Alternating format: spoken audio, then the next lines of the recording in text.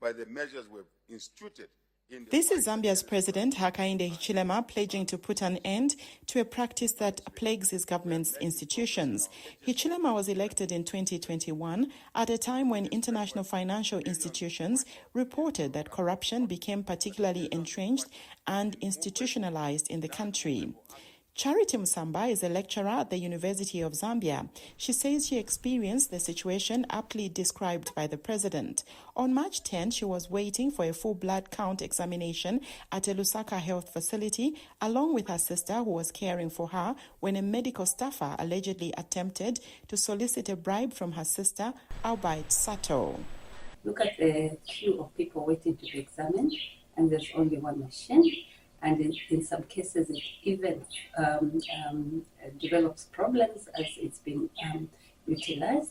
So if you want your sister to be examined, I can quickly push her name up the list. But that's on condition that you also help me. But this is not an isolated case. Zambia's Anti-Corruption Commission, or ACC, a government agency formed in 1980 with a mandate to coordinate the fight against corruption, says it has received more than 100 cases of corruption in the health sector for the past year alone, including instances of bribery to access health services as well as obtain prescription drugs. We have noticed corruption manifesting itself with regard to willful failure to follow procedures, the Zambia public procurement guidelines and laws not being followed. There's been a lot of abrogation of the laws to facilitate unauthorized suppliers to get contracts.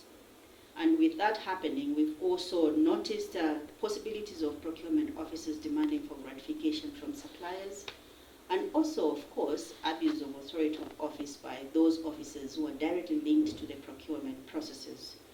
According to the Berlin-based global watchdog Transparency International, corruption in developing countries disrupts vital services such as child immunization, leads to longer patient wait time, decreases patient satisfaction, and limits accessibility. In 2022, Zambia's Anti-Corruption Commission arrested former Health Minister Chitalu Chilufya and 4 others over an alleged $18 million corruption scandal involving health kits procurement, but no convictions were made yet.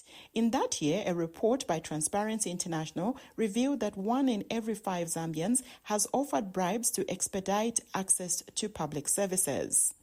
The ACC is urging citizens to be aware of the dangers of corruption and encourages them to report any instances to the authorities. We've had the national policy on anti-corruption reviewed, and this is to be launched by the president in a few days' time also. This is a policy for the whole nation. And the public members were actually invited to the review of this policy because we need efforts from everyone. The new anti-bribery and corruption policy is aimed at promoting a culture of ethics and values that help prevent, detect, investigate, and also reduce the risks of corruption.